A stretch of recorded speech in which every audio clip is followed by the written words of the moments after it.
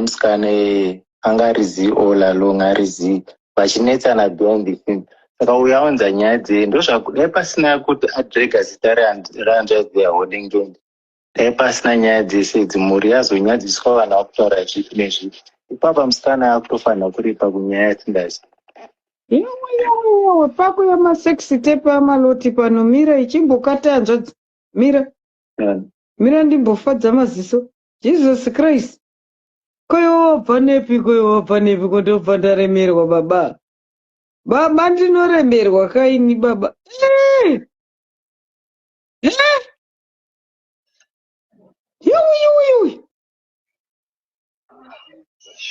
Yowe.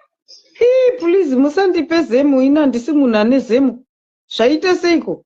Nyangwe ndakondinya kumusikata angu iwi munondipa zemu musadaro. Facebook inobloka. Yowe. Ndakunzwa kuda kukuratidza ini guys ndinobvisirwa ndinodzingwa pano na alaula. Todiko. Chero ndichisikata musadaro denda ndichinwa jemimbi maindibhlokisa musadaro guys. Hai. Musadaro munotibatisa nezemu. Chiko.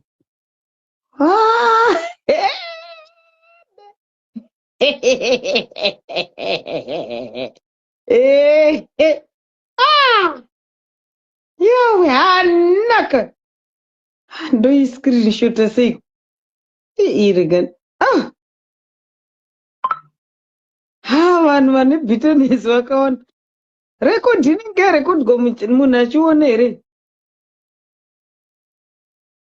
Regai ndito screenshot apa ndinopinda mahwani.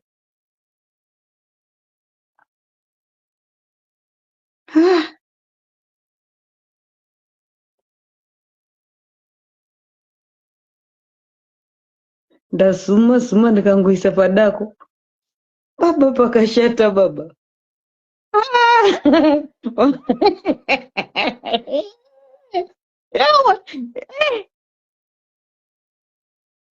Yeah.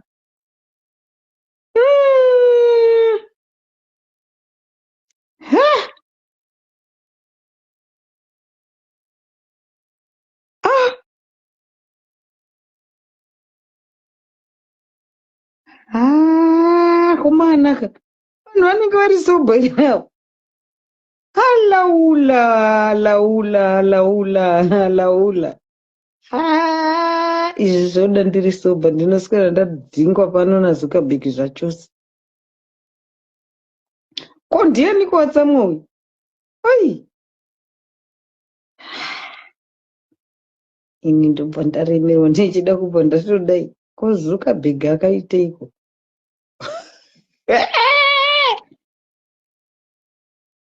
Todiko.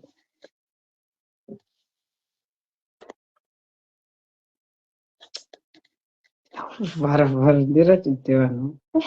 Unobhulukwa naZuckerberg kada kuita mudzungu.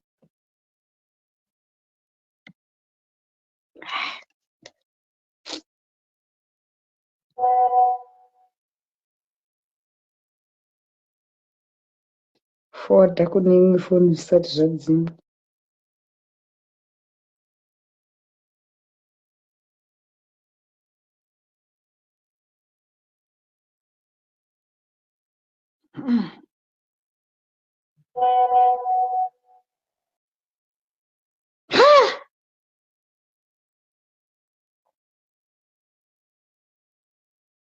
+225 inamba yekupi 9.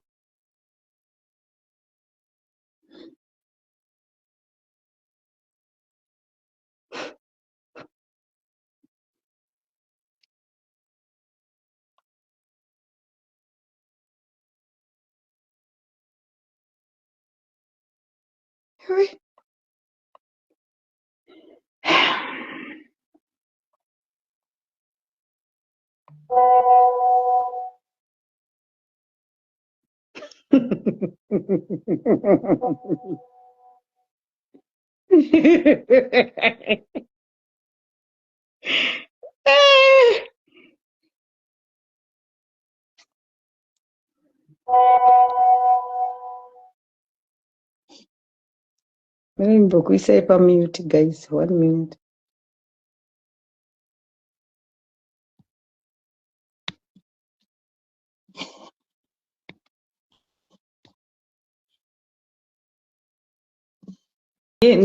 Handidi kubva muzvinhu zvevanhu. Ai bye pazvinhu zvevanhu. Ai bye.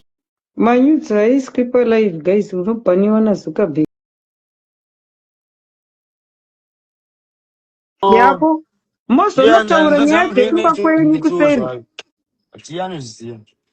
Because panapa pasocial media isusu panapa tinouya tichikupesanisai tichitsvaga content. Imimi at the end of the day muri vanhu vemunhu wani. Taurirana iwewe ngende. Wana nguva yekutaura nasisi wako. Wana nguva yekutaura nemukadzi wako. Woita because zvandaona ngende ndezvekuti iwe uri pakati pevanhu tu vaunoda. Unoda maloti yesi, unoda sisi wako yesi. Vaudze vari tu chokwadi kuti ini ndokudai mese mukanetsana munondivhiringa inini. Because uyu mwana wamai vangu, uyu munhu wangu andopinda mugumbeze naye. Apa ndakudza chokwadi chaicho semunhu akabereka. Ngende usambofunga kuti mai vako iwewe nababa vako vanofara muchibvarurana kunopanapa. Because vanokokudai zvakafanana. Iwe une mwana uchazoita vana mufuture. Inini ndina Kylie, ndina Brandon. Handimbofa ndakararama zvakanaka ndikaona Kylie na Brandon vachiitana zvamuri kuitana pasocial media. Inini ndiri one of vanhu vakarwa nefamily. Ndambokudza ngende, do you remember masikati ndichikudza kuti it's not that easy to fight with your sibling as you think. Hazvisi that easy. Because ukatukwa naketina humuzivi haurwadziwi, but ukatukwa neblood rako unorwadziwa because you have love with that person makakura mese. Mukataura makakura muchiwirirana muchidanana. It's not worth it. Pachokwadi inini newe ngende namaloti nogona kurwa hazvikurwadzei, but fungirai vabereki venyu, fungirai hama dzenyu. Pana pasocial media isatina ukama nemi tinouya tichikushidzira. But at the end of the day, muri vanhu vemunhu wani, baba wani. Itori hondo yokufanirwa kutomira pakati sababa, because iwo ndiwe baba kufamily yako kuna maloti, but uri baba ezo kuna sisi vako. And isusu vana sisi hatizvidi zvekuradzwa kuti Dhotonya haachandida kuda mukadzi wake. So you have to balance. Your sister love you, I'm telling you. Vanga vaine hasha vachida kutaurawo painternet. Iwo ndataura newe ndikakubvunza kuti do you love your sister or yete? No, handina problem nesister yangu. I think pangosumudza kutibuka ndepekuti sisi vako vakatsamwira kuti malota akavataura kulive. Which is something that you guys... Nini alright, pandakavatsamwira futi ndepekunyebera kala futi nini. Waize? Ndomuda iye ndisambomudza izvozvo. Fuchi anokwanisa kutozvipindura izvezvi. Ndakamubvunza dheri racho ndikati iwo ndambotaura nezvozvo. Waize? Saka ini ndo zvimwe zvakaita kuti iye futi muona Eva here atori muhombe futi kuna kwatitese namaloti wazvo kuti anofanirwa kutongo mbi achitoti hapana antika kutoisa oda anditi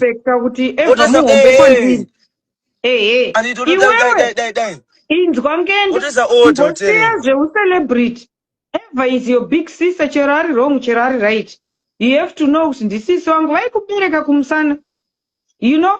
So you have to balance. Maloti kana atsamwa ngatuke nesu isusu vanhu ngaasatuka sisi vako nyange vari wrong nyange vari right, because she's your blood. Iwewe you now have to stand between them to put peace between them. You love Maloti, yes, but I know deep down you love your sister. Wadzokorodza kuti Eva iwewe ndokuda ndomuda munhu pandataura newe. Even here adzokora the same. You don't want to be a family in a conflict. Because isusu kana takuya pasocial media isu we have nothing to lose. Atizi hama dzenyu. Tinokuitei content tigokuisai panapa mugotukana, but think about your parents as well. Mai venyu, baba venyu. You are giving vabereki venyu stress. Ma blessings acho e-content nema views nema talent anobva kuvabereki. Honestly speaking, taurana na Eva. Munzwisisane muudzana. Eva ngaakudze. Ipa Eva mukana wokukudza chaakakutsamwirira.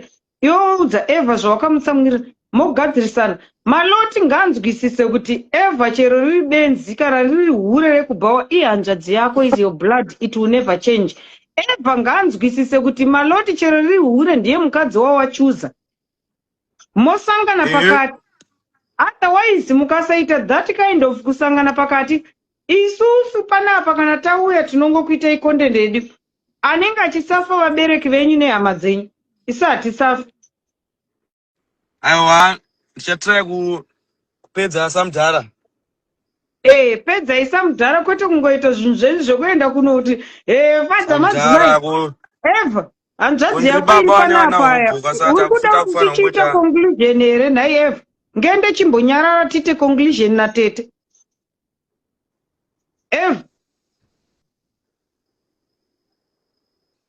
Eva.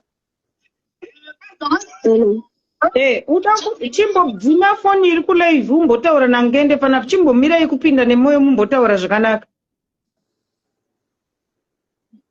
Alright, no hard feelings. Tongoita iripo, ndozviripo. Iwe hanzvadzi yako unoida here nhai Eva? Besides zvaitika zvese hanzvadzi yako unoida here? Ndomumakirei, ndinomuda zvekutodaro. Iwe Eva unomuda here? Besides zvese zvaitika izvi? Anoziya. Aiwa, usati anozviziva. Iwe unomuda here Eva? Ndinomengerera zangu Eva, anofarira, anoziya. They love nice. Sandi muri kuona munodanana but muri vana vemunhu one. Eva, itanai sori nehanzvadzi yako. Mozonotaura nyaya dzekuba kwenyu kuseri. Anoziya. Because panapa pasocial media isusu panapa